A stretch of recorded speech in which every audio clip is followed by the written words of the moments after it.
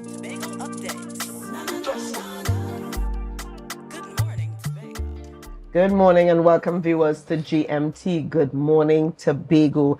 I'm really happy that you're able to join us this morning. I'm your host this morning, Rhea Richadson-George, and this is the day that the Lord has made and we will rejoice and be glad in it. For this very special series this morning, Beneath the Surface, where we chat with our assemblymen and we get an idea of what they've been up to for the last 4 years. Last 4 years as we delve deep into their contributions, the contributions that they would have made as our officials. So as we delve into our Beneath the Surface series for the next 3 weeks, our first guest this morning, as we go into straight talk, no chaser, straight talk, no chaser. Our first guest this morning is Assemblyman Sonny Craig, and Sonny Craig is the Assistant Secretary in the Office of the Chief Secretary, and he's also the area representative for Buku Mount Pleasant. Good morning and welcome to you. Good morning, good morning. It's a pleasure to be here. I must say good morning to the world at large. I know we have listeners from all around the world. It's a pleasure to be here. So let's go. No chaser. I like that. Yes, straight talk, no chaser this morning. Now, Mr. Craig, I'm really happy that you're able to chat with us this morning. Our viewers are certainly looking forward to chatting with all of the other officials. Before we get into the meat of things, let us get into your portfolio. As the Assistant Secretary in the Office of the Chief Sec. What falls under your purview? What are your roles and responsibilities? I lead up the Department of the Environment, Climate Change and Energy. You would appreciate that it's a worldwide conversation. It has been for a while now, the advent of global warming or the realization of it and the impact it has on our world, right? And so the Chief Secretary thought he should have a standalone department where we could look directly at this area and the challenges it would present to the island of Tobago. There's also an understanding that a lot of what will happen in Tobago will not necessarily be generated in Tobago. What impacts the climate to a major extent is industrialization, the actions of industrialized countries, and Tobago doesn't have any industry to really make an impact on the worldwide climate arrangement. However, we stand at a point where we are affected. There's no part of the planet that's not affected. Right. You go to the South Pacific, you see islands are actually disappearing because of the rising sea levels and the melting of the ice caps and so on. So we thought it best to have a department that looks at that and to make decisions in the best interest of Tobago. The department is headed up by Mr. Linford Beckles and a team of professionals. I've had the privilege of working with them, did some traveling with them, and they are so in touch with what they do. We have a representative going off to Brazil actually in this November to be a part of a worldwide conference where we continue to discuss and to share information as different scientists from around the world come up with their different findings and so on. So the department is active also in monitoring the Assemb situation in Tobago. We are also at the front line encouraging the use of alternative energy. And at the moment, one of our main projects is one where we work in tandem with the Division of Health, where I was before. Right. We have the removal of the relic cars on the road. So even today, the police officers are working along with the crane operating crew to pick up all these derelict vehicles on the road. When we talk about the greatest little island on the planet, we have to look at even the things that we might take for granted. These derelict vehicles are an incubator for mosquitoes. In addition to that, they are a storage place for people who deal in contraband, who deal in illegal drugs and so on. You know, they pocket their stuff in these old cars on the road. And one of the main disadvantages would be the relic cars rob people of valuable space. Parking space. Yes. And even just your natural traverse of the roadways is impeded by these derelict vehicles. So they're out there right now as we speak, clearing the roads.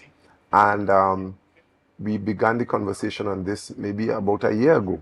And since we began the conversation, many folks have elected to remove their antique loves from the road. I call them antique. You know, some people, I love how you do it. yeah, some people, a car reminds them of a time in their life. I Right. believe, and they just leave the car where they could see it all the time and remember the heydays. But we cannot allow that. It's illegal. Yeah. And we're clearing up the space.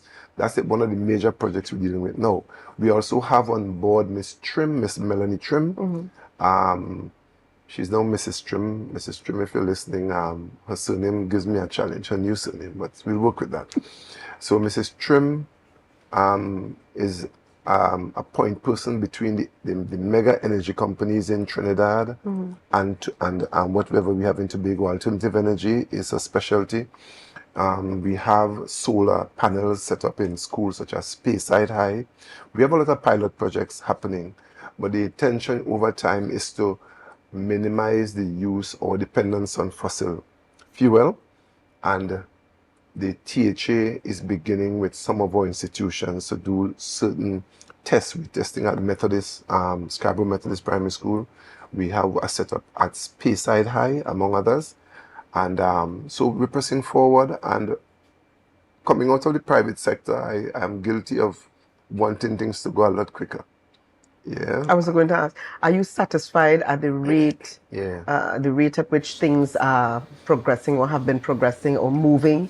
Are you satisfied? No, I'm not. I'm not. But I understand the constraints that we work with in Tobago.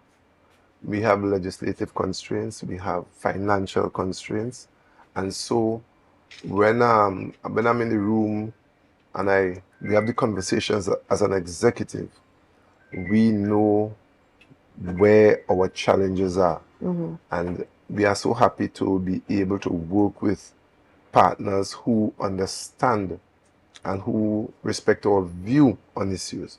So, excuse me. So we would like to move a lot quicker, but it will not happen immediately. Right. We came into office after a 21-year period by the other party, and you would notice that we are trying to do so many things simultaneously. If I were to go into other departments, which I know that the leaders of the other divisions would be here to speak and to blow their own horn, but you will appreciate that even as a simple example as our roadways, how in 4 years we have been able to bring new access roads into the Tobago space. So at the Department of Energy, the DECCE, we are working towards getting Tobago more conscious. A program we have begun also is to begin the process of trying to remove the use of plastic bags from our space. I had the privilege of visiting some of the other islands in the Caribbean over the years, and when you get to the cash register, the cashier asks you, "Do you have a bag?" Excuse me. I said, "No, I don't have a bag." And then she pulls a bag from below her counter and she swipes it at the machine and she charges me an extra $1. Yes. And she gives me a bag, a biodegradable bag at that. And I saw it in 3 different islands. Yeah. So I know we have a ways to go. We are working on bringing in or making available to the Tobago population bags to be able to begin the process of eliminating the use of plastic bags.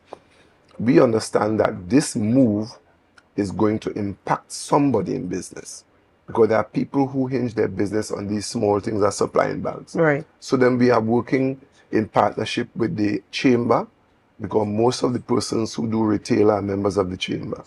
And that conversation continues, yeah?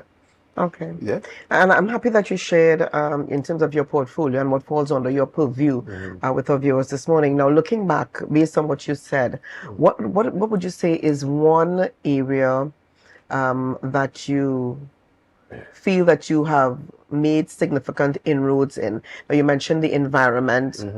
The plans for the environment, you mentioned, removing the derelict vehicles along the roadways. But what key thing would you say, what one thing, I mean, there've been a few, but what one thing would you say you able to pat yourself on the back and say, "Sonny, this was a good one"? The relic vehicles was a good one. I would say it was a good one. But one of the things that will happen in Tobago is you see cultural practices. There are some cultural practices we might develop over time that are not necessarily legal or even good. And to break the chain of practice, like, okay, a simple one is vending. In Tobago, in Trinidad and Tobago, if there's a lonely space that develops traffic over time, somebody will set up a vendor's booth.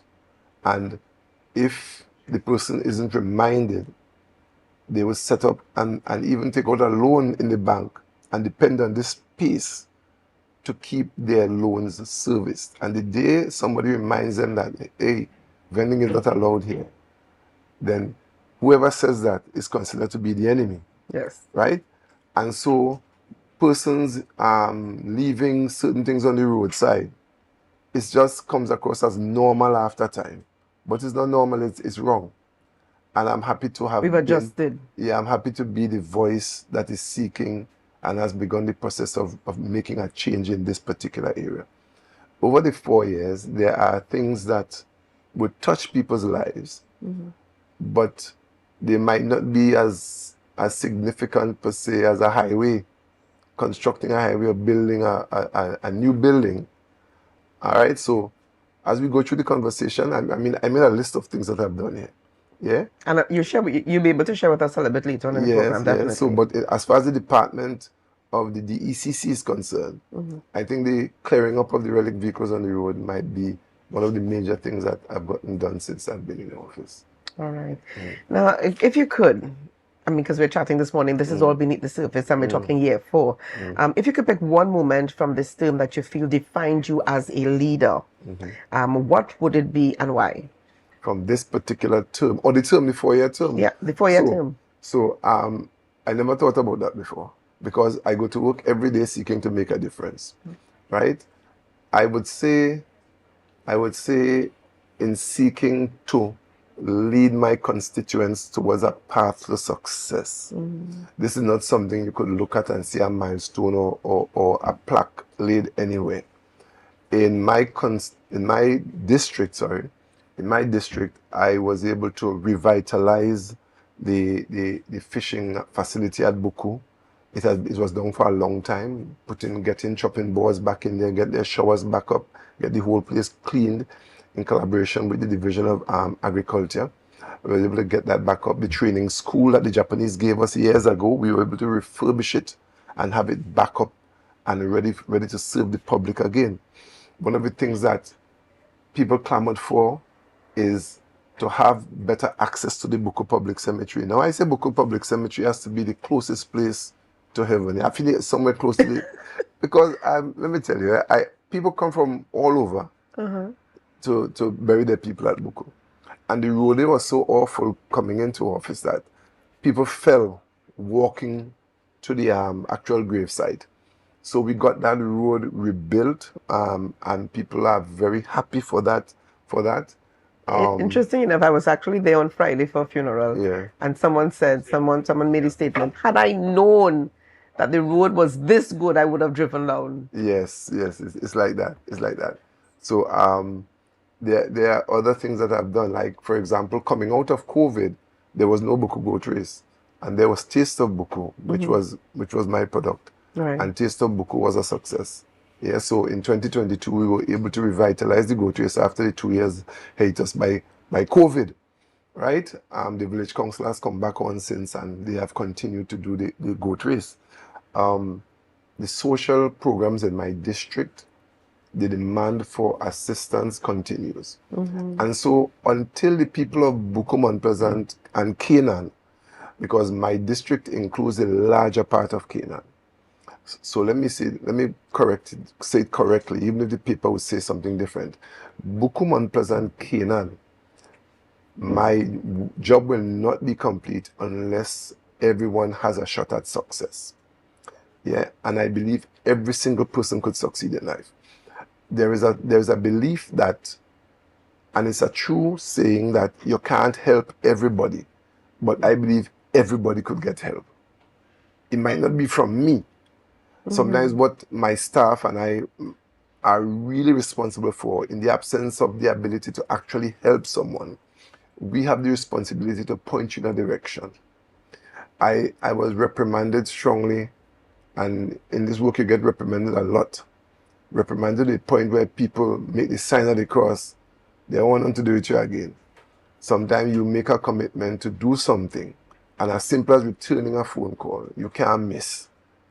But what I'm saying is, regardless of the imperfection of the whole communication strategy, because I will call you, if I check my notes and I say I was to call Mrs. George, and at 7 this morning I didn't, I will call you when I get the reminder, and I might get reprimanded for that.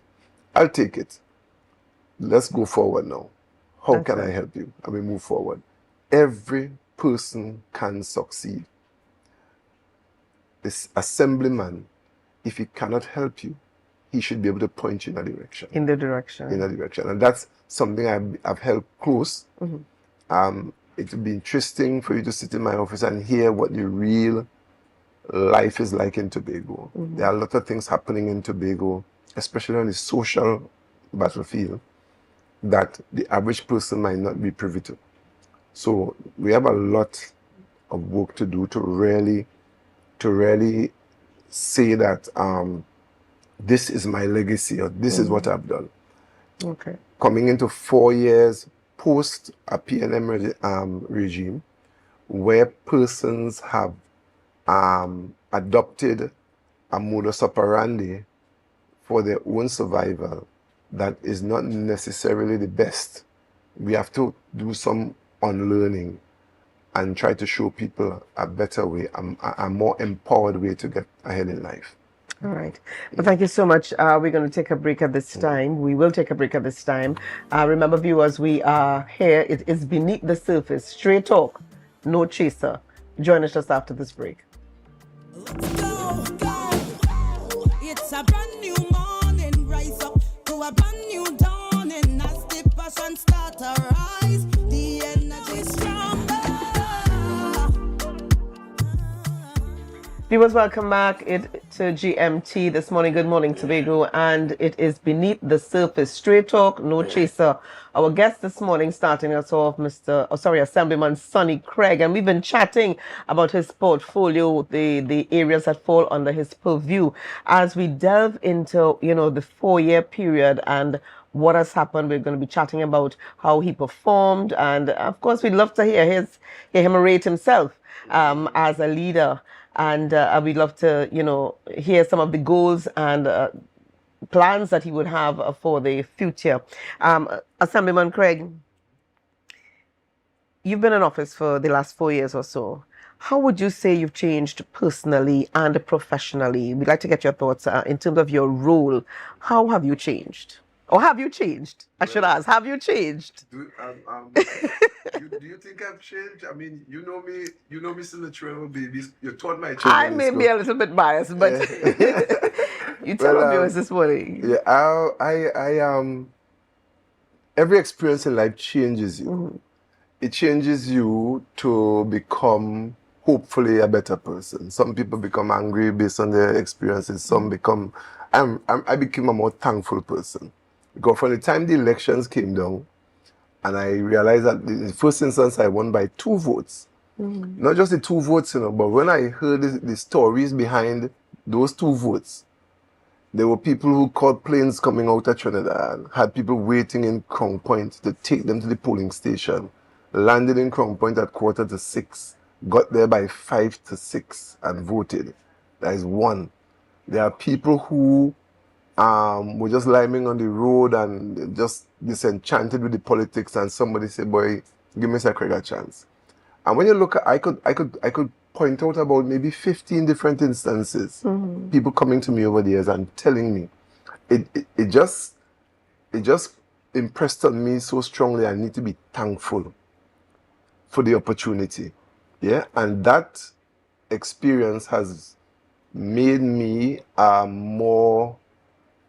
I don't know how to describe it, but I think that I cannot double down on who I was, because I'm basically happy with who I am. I think my belief in God has really impressed my mind into the real blessing of life, and you couple the experience of getting this job with seeing the reality of life in Tobago. We have some statements we use to describe Tobago, some adjectives, you know. But in every society, there's always an inner society. And that inner society, most time, is comprised of people who are basically struggling. There are some people who mask it very well in nice outfits and well made up and so on. But you have conversations with people and they realize that just the standard, to maintain a certain standard of living or to create the aura of success or the aura of doing well, people go through a lot. Yeah. And I'm so touched to see people could tell me their story, and I'm trying daily to see if I could meet their needs, coming out of that of the district of Bukum and Pleasant. So I think I've become a more thankful person. I think that I've always encouraged, or not encouraged, I've always been somebody who's interested in solving problems. Yeah, I would have a situation pop up, because the blessing of my life is that I've always been in customer service. As a lifeguard, I was in customer service. Whether you want to see like that or not, but you have to be courteous with people. Yes. You have to be able to talk to stubborn people and tell them come back. Pleasant attitude, disposition, right? Yes. And from there, I went on to TSTT as a messenger, and I had to deliver packages and met a lot of people. So the network for my life has always been that way. And then I went into my own business. I traveled a bit, I came back, I do my own business. And to maintain a customer base, you must, you know something that came to me very forceful in my life experiences. There are three things I've been aligned to deeply that have impressed my life. They have a lot of similarities. One is religion, right? The church I belong to. If you can't be nice to people, people look at you to see a little Jesus. The Jesus you speak about is most times is in your behavior. Yes. And then if they didn't see it, they wouldn't subscribe to what you're teaching and talking. Preach, yes. In business, you could do what you want. If you're not treating people nice and people cannot see something in you, they're not buying nothing they wouldn't buy from you. They wouldn't even enter your business. They wouldn't enter your business place. And now politics. The three have a lot of similarities, which I believe the previous two prepared me for this one. So here I am. I've learned a lot. I don't think I've become, Mama used to say highfalutin. If there's such a word, I don't think I've gotten to that point, and I praise God that. You think I got highfalutin, Rhea? I'm asking the question. Well, you ask people from time to time because people in Tobago monitor you. Yeah. They monitor you. You go into a room and everybody's watching to see what would be your response. Let me see if you change. You know? Or if they see you in the market, or they see in the supermarket. So you come in and say, morning, everyone. Everybody say morning, and you're going to see a relief here, he ain't change. Because Tobagoans don't want you to change in that context. Tobagoans like you to stay humble and, be affable and be able to speak to people anytime, anywhere. Because I tell people, wherever you meet me, that's my office. Let's talk. I take my notes on my phone, I send it back to the office, and we could put an action plan together. Sadly, a lot of persons have not gotten the feedback they would like to as yet. In most cases, it's because the 4-year span, the changes that Tobago need will not come in 4 years. Some people will take it personally. Some persons have been waiting for certain breakthroughs for since the previous regime, and they were of the view that during this regime they would have a change maybe immediately, and it doesn't work like that. Because when you look at how governance is done, one of the realities of governance is you have a certain, there's a procedural path towards making a change. Right. Yeah? And as a consequence, my wife had to warn me from time to time. And she's not saying don't help people, but she's saying, Sonny, politics is a short life. And if you keep spending all your resources on helping people, eventually politics will end, and where would you be? So you ought to be continually monitoring, because if I have $20 in my pocket and somebody say, Mr. Craig will go them training and nothing to eat this morning, the wife will say, you broke? I say, yeah. She will give me a little reminder, you know. Because and she's a generous person also. And I'm not Yes. saying that she's not saying not to share, but those are some of the lessons I've learned. And now that we're coming to this point at the end of the first 4-year term, I am grateful, I am thankful. I got a chance to learn Tobago from a different perspective. And I hope, I don't think I've changed per se, but I think I've grown to appreciate people a little more. Yeah. All right. I hope that answers the question. I say a lot. Yes, yes. Yeah. Now, very often the public sees the surface, only the surface. What is one aspect of your inner thinking or decision-making process that you wish more persons understood? The sheer numbers. My voters list is about 3,006 plus. We had about 52% somewhere there voting. So that's about 18,000 voted. I got 9 something, the other guy got 9 something. Be that as it may, I am not responsible for 9 something. I'm not responsible for 1,800. I'm responsible for all 3,006. And these are voters. In addition to the voters, we have those who are not on the voters list as yet, for whom I'm also responsible. So we have that the whole district, regardless of race, color, political affiliation, religion, whatever. I am responsible for them. And if you see it in that context, then you know that it doesn't hurt. And I'm open in the sense that you called me and asked for something, and maybe I didn't deliver. And sometimes people's judgment of your response resembles the judgment of someone who is the only person I am taking care of.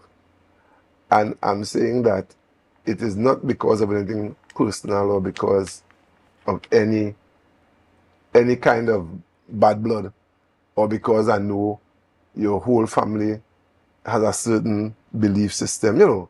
So it's easy to say that sometimes coming from a island community. So now I wish people could look at the assemblyman in the context of the larger district. And from where I am, you'll be surprised to know that there are so many little subcultures within one electoral district. So Buku people do not necessarily think as Mount Pleasant people, do not necessarily think as Canaan people. And their needs are similar. And so for somebody to really understand that inner part of my thinking, they'll have to try to be that universal person. So then you call and say, Mr. Craig, them 2 potholes by me house, you know how long them potholes here? And they're getting bigger. And I say, all right, I'm going to take the information to the Division of Works and have them put it on the list of priorities. Yeah? The Division of Work has a list of priorities, but it's not in my district alone on that street. It is as far as Charlottesville to Crown Point. That's the list. When resources become available now, they look at the list and they'll deal with the most critical cases. So then that pothole might stay there, honestly speaking, for a year or more. And somebody's looking on and saying a year or more, even more than that. And I do not think it's prudent to be in this job and hold back on giving people the help they need. I do not think any real person on this team would have the ability to help someone and hold back. Not on this team. I function with these people. I've been with them for the past 4 years. And I could say 4 years because in 2021, around this time, I was in the motion with everybody on the team now. So I could safely say 4 years. And I've seen where once the resources become available, and I've seen assemblymen get sick, miss a couple of days, and they're still on the devices. They're still there. They're still jamming. The jamming still. If that's the right way to say it. Yeah, I like what you're saying. So I wish sometimes, but the voter voted for you for results. Yes. Let me jump in here. Yeah. Even as you're talking about being in a position to help and not helping, that's Yeah. not who you are, and that's No. not what you stand for. That's not what the division represents. Right. But in the minds of the public, why does it take so long? You say there's a pothole here for a Yeah, year. Some yeah. would say a year and a half. It's been longer than a year, Yeah, more than a yeah, year. yeah. But why? What are some of the constraints that you face as an Right. assemblyman Right. to repair a pothole that has been in existence for more than a year? Well, from where I am, Yes. I'll continue to agitate. And I'm hoping that when the secretary and the assistant secretary from the division of works come, you could post that question to them, because this is no chaser, right? I would tell you that as the assemblyman for the area, I'll continue to agitate for the fixing of that particular pothole. And I would like the community to know that the one on your street is not the only one in my district. Right. Yeah? I would go further, and I imagine when the Secretary for Finance and the Chief Secretary comes on board, they would expound on how the financial constraints and the allocations for Tobago have affected us, you know? Because this is no chaser. I would like to start a sentence and you see an opportunity and you nail me to the cross for something I'm not a professional at. But you'll appreciate that Tobago has, listen, I could say this much, and I hope you don't follow up with any hard questions on this. I've seen where funds allocated for Tobago, when we got the 4.3%, even when we were getting 4.3%, we never used to get all. The same people who saying, sign this autonomy bill and you won't get 6.8. The same people, when they were giving us 4.3, they never used to give us all. And there's nothing that has changed in the financial fortunes of the country to suggest that they couldn't give us 6.8 before. You understand what I'm saying? So, so when they come, they'll follow up on that. I give you a disclaimer before I made that statement. We rested there. We rested there. Yeah, In all but fairness to you, we rested there. so what I'm saying is, in the ideal situation, or the closer we get to the ideal, things will happen faster. Okay. The closer we get to the ideal, things will happen faster. And that's where the quality of our leadership speaks, because we are blessed to have the best person to lead Tobago at a THA level at this time. Yeah? Okay. Yeah. All right, but we're going to take a very quick break here, and we are going to come back. For you, remember, you are joining us here this morning for Beneath the Surface, Straight Talk, No Chaser, and this is still GMT. Good morning, Tobago. So join us just after the break. So, Rise up to a brand new dawning as the passion start to rise. Whenever 60,000 people strong. Viewers, welcome back this morning to GMT. Good morning, Tobago, and this is the first part of our series running for 3 weeks, Beneath the Surface, Straight Talk, No Chaser. And we're still chatting this morning with Assemblyman Sonny Craig. Now, Mr. Craig, you know, you've shared in the last two sessions with us earlier this morning about, you know, giving us a little background into who you are and some of what you do. But in terms of your accomplishments, share with our viewers this morning some of the areas that you're proud of, you're most proud of, that you an opportunity to toot your own horn, so to speak. and I always say that entire action is so kind of like unbiblical, because, you know, like bragging about yourself is so, you don't have biblical support. True. If I could put it that way. You know, coming out of COVID, there were a lot of things to fix. And sometimes the public could lose track of that. Like in my district, we had lost the use of all our recreation grounds. Because, you know, with the inability to congregate, persons were not using the football fields and so on. Like in Bucco Point, the recreation ground became a space for horses to graze, right? The previous representative allowed that. And if you know about animals, once they're grazing in a space and it gets wet, the hooves leave an indentation. So the ground was in a mess, apart from being filled with bush. So we had to rehabilitate the Bucco ground. Same thing obtained at the Mount Pleasant ground. There were no horses in the other grounds, but just Bucco. And the same thing obtained in the Canaan grounds. I was able to personally donate because I had the blessing of having backfill material at my disposal, right, from my personal space. So I was able to donate up to 80 truckloads of stuff from my personal contribution to have the grounds restored, right? Some of the problems we had with the ground were, I couldn't explain because it's just as anything that is human. If you don't use it, You will lose it. yes, you lose it. It degenerates, right? So we had the football grounds. I was instrumental in restoring all 3 grounds in my district. I was able to host Christmas treats every single year. Christmas treats are a costly affair, and it's something that I had to out of pocket basically. People come. I remember the first Christmas treat. I went flat out, and I brought up merry-go-round from Trinidad and all kind of thing. The second Christmas treat, a little girl approached me. She said, "Mr. Craig," I said, "Yeah, this wasn't good as last year." I said, "Well, I'll try and do better." And she watching me from across the room with this judgment eye. I said, "Oh my gosh, I really come up good." So like, this is the final one for the term coming up. And I had to try to replicate the first one. I had to end this term in a blaze of glory, yeah? So we had the Christmas treats every year. I also have adopted the standard 5s in the primary school in my district. I have adopted St. Patrick, Anglican, and Buku government. And I believe that the children, now somebody asked me, why are you going to standard 5s when they can't vote while you're in office? They will not be able to vote even in this upcoming election. And I said, if I wanted to address children to get votes, I would have go to high school. If I get them at 14, 15, over the 4 years, they'll turn 18. But I also believe that a lot of the problems we have with young people, if we could get them at 10, 11, 12, maybe even 13, I believe we might be able to stem some of the challenges we have with young people.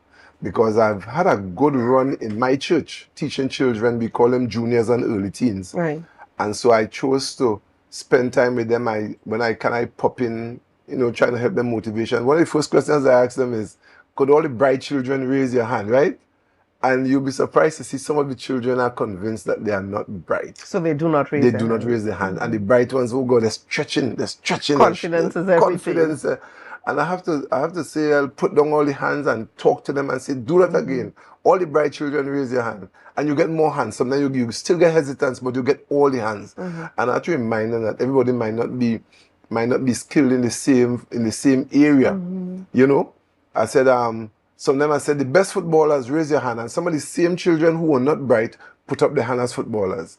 But sometimes your coach tell you make a diagonal pass, and the same boys who don't understand diagonal in class could kick that ball from one side of the field across down to the corner, flag down so. And so I think that's one of the things I really enjoy doing, interacting with the standard 5 children. And I look at them and I say, look at you, Commissioner of Police, look at you.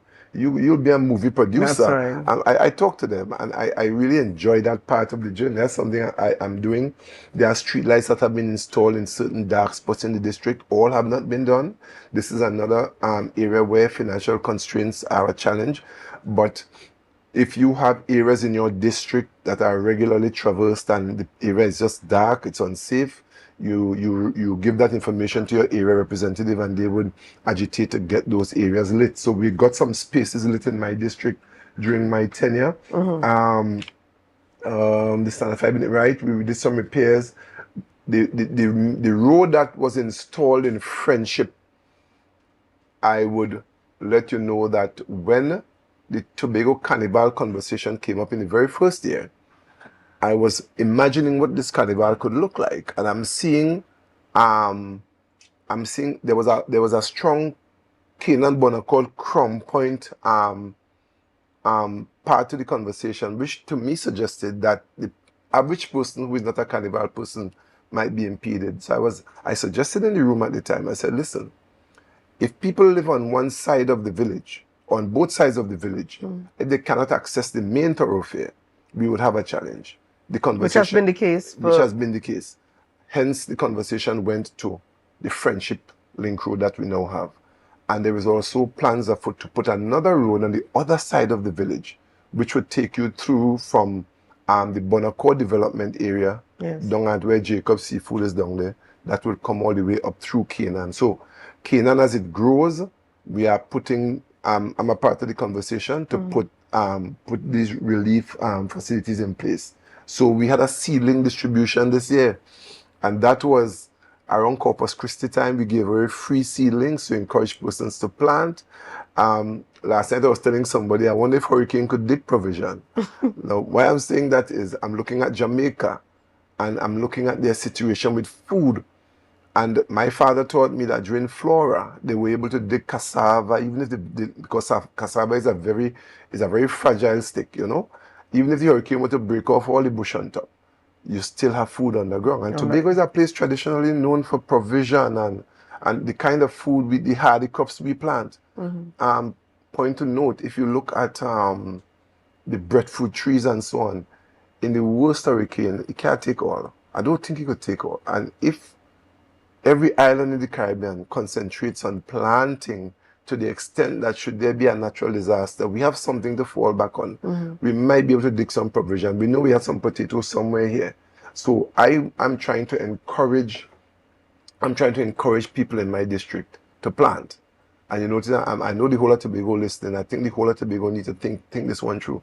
Because until the relief shows up after a natural disaster, How do we sustain ourselves? Yes. And how many meals can you go, how many meals could you miss? How long could you fast for?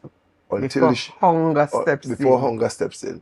And that point also brings me to one of the reasons why assemblymen always either be digging in the pocket. Because when people come to you hungry, and it's one of the legislative things we need to change.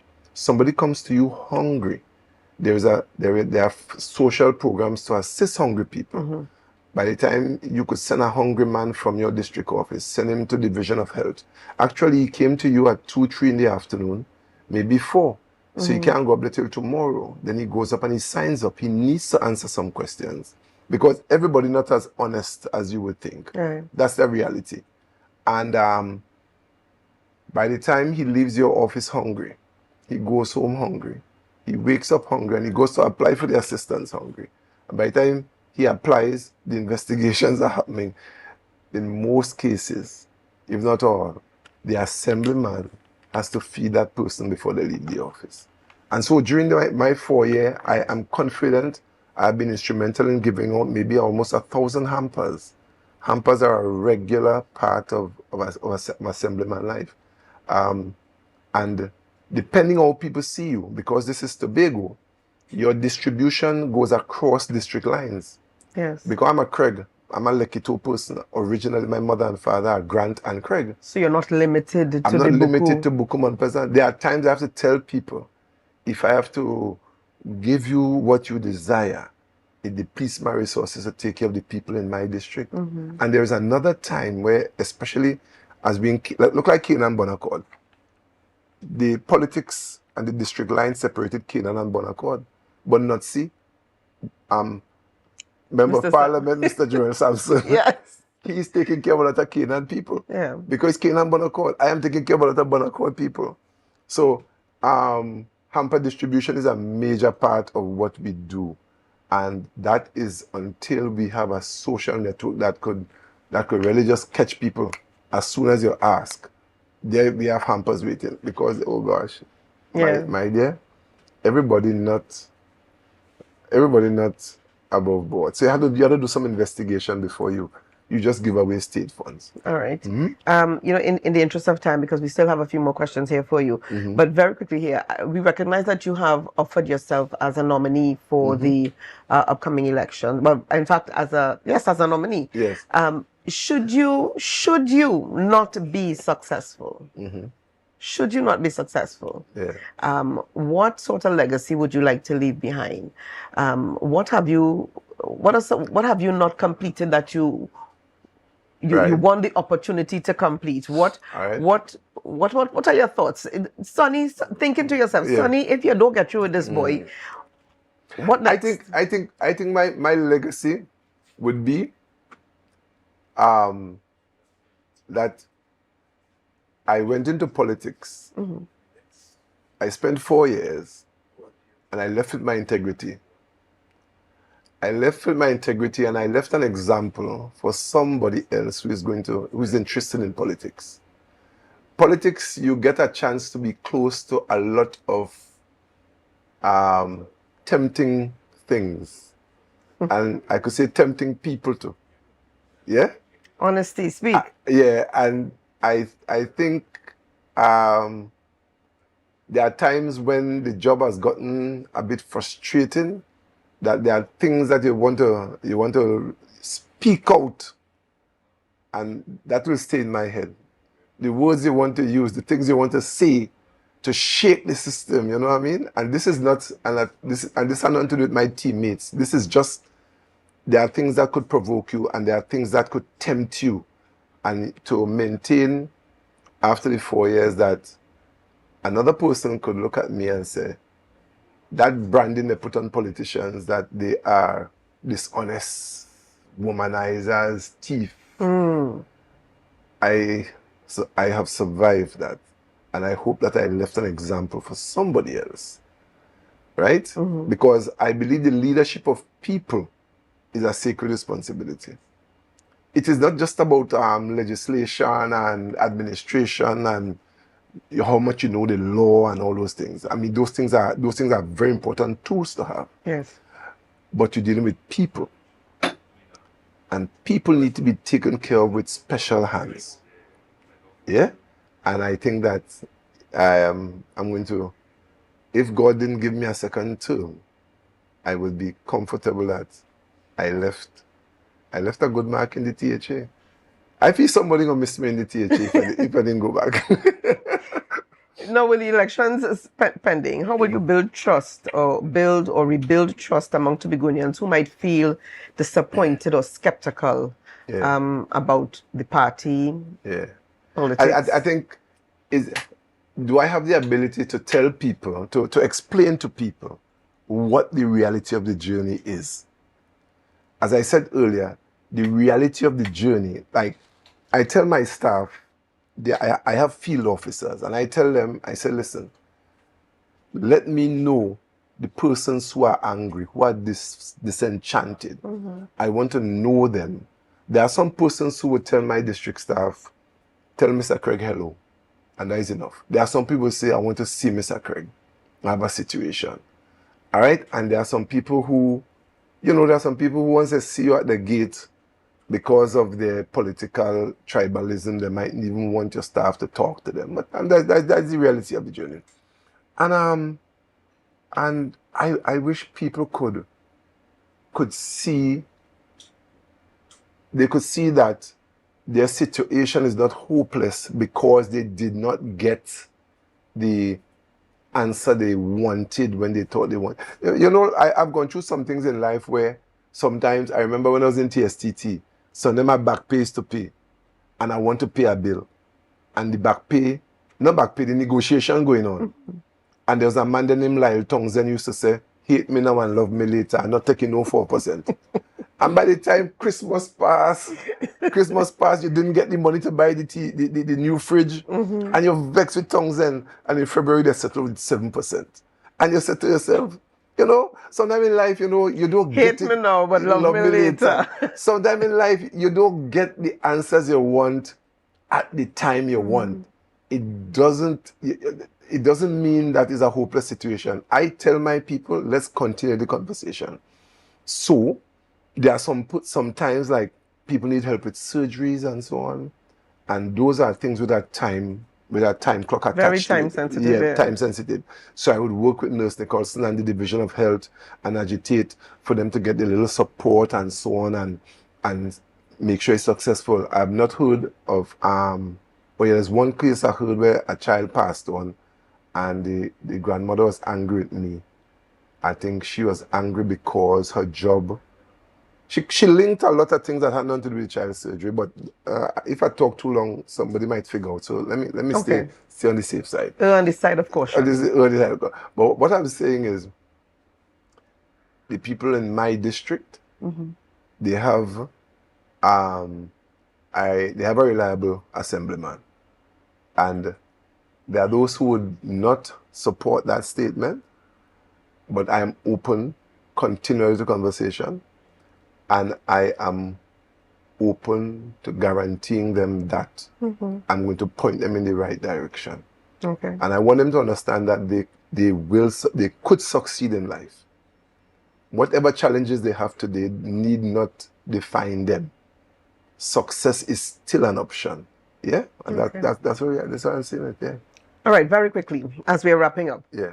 How would you, in fact, what grade, looking at your grade card here, what grade would Assemblyman Sonny Craig give to himself as one assistant secretary, and what grade would Assemblyman Sonny Craig give as area representative? Right. And this is, you're grading A to F, A being the highest. Right. So I get an A. I get an A in both areas. And I'll explain my A. I wouldn't say A plus. Yeah. I'll give myself an A. I'll say that one of the things that really I'm repeating these words so much today, define performance. It comes back to self. It spirals out from self. So if I have something to get done, and there was a breakdown somewhere along the chain, it still comes back to leadership, right? In the imperfection and the distance from the ideal, I believe I've done well. You know, take it from the larger issues where funding is critical, where time is critical, and you say time is money. There are areas, even the back program I spoke to you about, that when you have funds in the THA to disperse and you look at the more critical areas, some of the good ideas just have to hold until the timing is right, or because the funding is available. So I give myself a good grade because I've done my best, you know. Ingram said I did my best, but I guess my best wasn't good enough. That's a song out there, you know. But as far as my effort is concerned, I think I did well. In the division, in the district, we have constraints. Excuse me. We have constraints, and those constraints are real. Yeah, there are political constraints. There are personal constraints. Excuse me. Go ahead. And